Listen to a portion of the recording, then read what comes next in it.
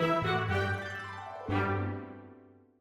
い、皆さん、こんにちは。漫画家の新本慎です。イエスです。よろしくお願いします。お願いします。ということで、今日の企画はですね、はい、MBTI 診断。S 君ご存知でしょうか？何にも知りません。なんですか、その英語のやつは。今でも結構知ってる人もいっぱいいると思うんだけども、要は、簡単に言うと性格診断。なるほどね。すごくいろんな項目に答えていくと、はいはい、大まかに4タイプ。で、さらにその中に細かく分けて4タイプ。で、あなたはこれですよ。みたいな感じで分析結果が出るという診断が人気で、今からこの診断を2人でやって、出た自分の診断の性格をイラスト化したいと思います。なるほどね。OK？まあ、OK だとは思うけど、ちょっとなんかあんまピンときてない。まあ、じゃあ、とりあえず早速診断からやっていきましょう。じゃあ、早速、まず我々の、性格が何かわからないので。そうね、やってないからね、まだね。黙々と、とりあえず診断だけやっていきます。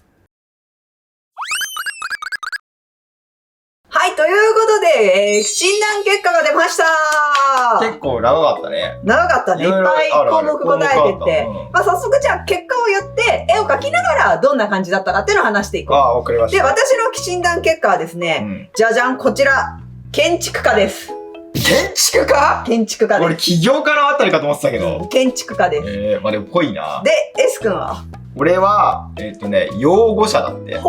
看護師みたいな人。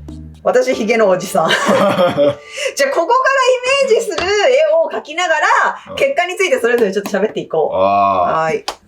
ちなみに、イエス君が養護者についてよく分かってないので読むと、養護者ってなんだろう？まず、どんな性格かっていうのは養護者の場合ね。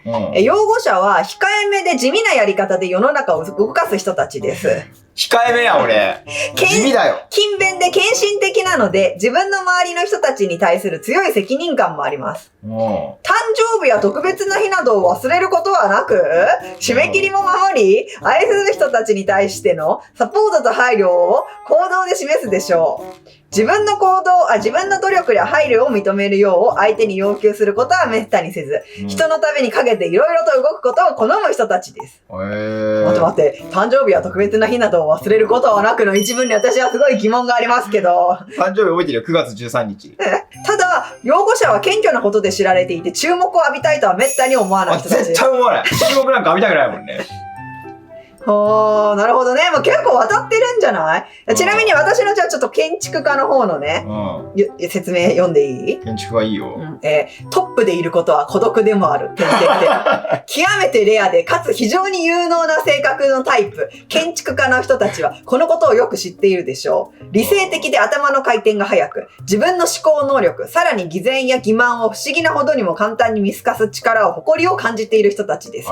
建築家の頭は常に動いていて、自分の周囲で起こっていることを全部ひっきりなしに分析するので、自分のペースについてきてくれる人を見つけるのが大変だと感じることもあるでしょう。俺よくついてきてんな。マジすごくない？ただし、新しいアイデアは実際にうまくいくものでなければ価値がないと建築家は言うでしょう。価値がないただ単にクリエイティブでありたいのではなく、成功願望があるのです。でも絶対成功したいっていうのもあるもんね。仕事には極めてひたむきで自分の意見の軸、意志力を全力で活用するタイプです。無意味な規則や浅はかな批判で自分の邪魔をするような人には遭遇したくないと感じているでしょう。いや、会社に勤めなくて大正解だよ。一人で漫画描いてるから絶対見てるって。逆にあとね、自立心が強いという特徴もあり、一人で何かをするのも気になりません。周りの人が自分に追いついてくるまで待つのを嫌うかもしれません。もう一人で行きたいんだ。で、その後、何かを決断する際に他人の意見などを聞くことも通常好みません。100%当たってる。だって俺の意見なんかほぼゼロやん。で、周りの人の考え、希望、計画を無視してしまうので、この一匹狼的な姿勢を無神経だと感じる人もいます。もうそういう性格だと思ってるから大丈夫だけど。一匹狼なんだな。そういうこと。ただ、だからといって、そのストイックな人だと思うのはちょっと違う。ダメなんだ。意外にも感情にとても敏感です。物事がうまくいかなかったり、人を傷つけてしまったりするとショックを受け、原因究明に多くの時間と労力を費やすでしょう。でも確かに一回さ、ちょっとやっぱポキッといくとさ、一回ポキッといったらさ、結構長いよ。長いよね。だから案外ガラスのハートなんだ。そこは。めっちゃ俺だけど、そう心はガラスなんだ。意外とそう。意外にまあだから、当たってんだよね、すごく。いや、当たってると思う。だって実際に、本当に人の話聞かねえし、なんか自分がこれだと思ったら言っちゃうじゃん。そう。で、しかも確かにそれでちょっと失敗したりさ、俺にさ、ちょっとやべえ言葉言った後にさ、ちょっと落ち込んでるしね。そう。なんだかんだ。そうでしょ。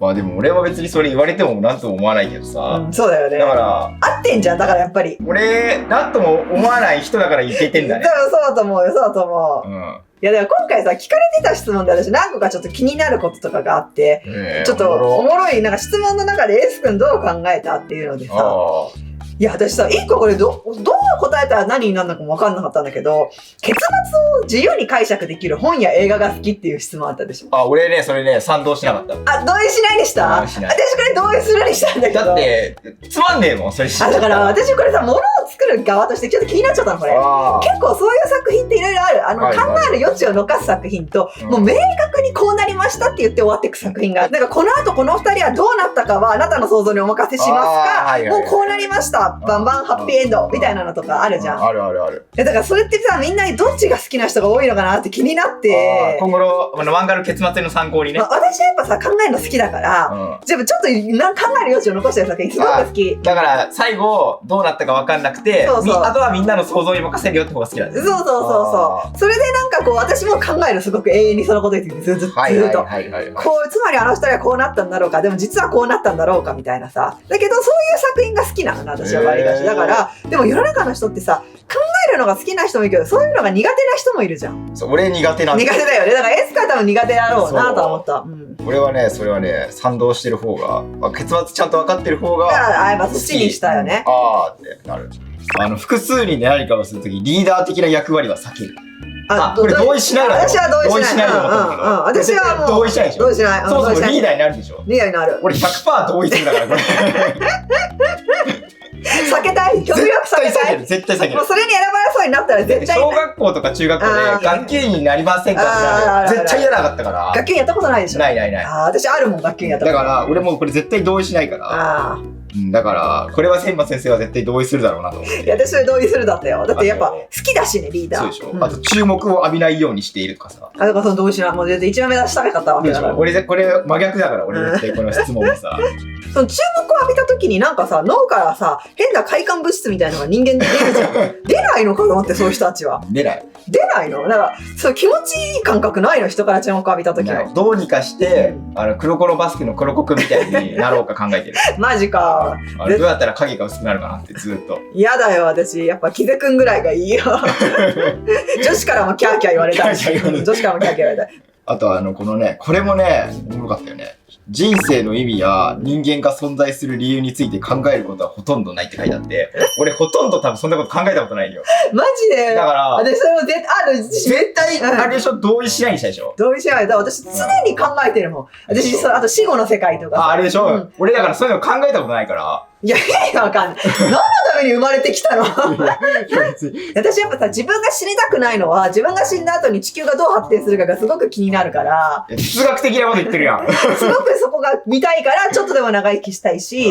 でもあんまりそういうの興味ないんだよね、俺、本当に。あと、だから何も成し遂げず死んでいいのかとかさ。だから歴史の教科書に名前を残すにはどうしたらいいんだろうとか、やっぱ考えてたもんね、中学生ぐらいの時。いや、乗らねえから大丈夫だって。なんか乗らないから大丈夫からじゃないよ。だから歴史の教科書には名前が載る人たちっていっぱいいるじゃん。偉人ね。なんかなんであの人たちになれる人間となれない人間がいるんだろうとか考えないの？全然考えない。その人たちはすごかったんだな、で終わり。すごかったんだな、で終わりや。いやー、ないんだよね。なんかこう思っちゃうんだよね、すごく。そういう人たちと自分を比べちゃうんだよね。ほんと真逆なんだよな、性格が。そうだな、真逆だ。だから別に平気なんだろうな、俺横にいて。そうだな、多分。わかんなすぎて平気なんだろうね。わかんなすぎるし、多分興味ないし、何言われても動じねえからさ。また斎藤もこれ全然違うタイプ出てそうだな。斎藤さんやばいだろうな。やばそうだよな。いや、てか、探検家みたいなのあるじゃん。あれになんか斎藤は出そうな気するけどな。確かに。ということで、イラスト描けました。もう一回確認しますと、私が建築家で、S 君が養護者。で、イラストはこんな感じです。うわ、男だ。いや、なんかさ、設定がわりかし男の人っぽかったのと、この元々の参考に出てきたイラストがおじさんだったんだよ、ヒゲの生えた。紫っぽいね。だけどやっぱだからシンディちゃんを男版みたいにしてみました。めっちゃかっこいいやん。で、やっぱこのちょっと自信家な感じ、自信あふれる感じ。なんかエリートサラリーマン的な。まあ建築家だけど、まあ私はほら漫画家だから、まあちょっと後ろに絵がある、なんか学校の絵の先生的なイメージ。こんな絵の先生いたらやばいけどね。自信満々なんだけど、でもちょっと打たれ弱いみたいな面もあったから、ちょっと内面不縁みたいな感じのを書き足してみました。なるほど。マジ超いいじゃん、こんな絵の先生いたら。まあおじさんはここにね、ちゃんと新本先生として入ってるっていう。すごい。っていうイメージで書いてみました。はい、じゃあ次 S 君の方の用語者を見てみたいと思います。僕の用語者はこちら。素材をいろいろ埋め込んだんだけどね。何があったってぐらい落ちてない闇に闇に落ちてるっていうか、ちょっと自信なさげなイメージを描きたかったね。あ、こんだけ全身に柄入れ込んでる人、絶対目立ちたくないな、絶対ぜひ皆さんも診断してみて、出たキャラクターでイラスト描いてみてください。はい、まあ自分の性格もわかるし、お絵描きの練習もできて一石二鳥じゃないかと思います。結構かなりなんかその、的を得ていくっていうところやってるからね。ね、まあ自分を見つめ直すいい機会かもしれない。そうね。よろしかったらチャンネル登録と高評価ボタンもよろしくお願いします。ではまた他の動画でお会いしましょう。漫画家の新本慎と。バイバーイ。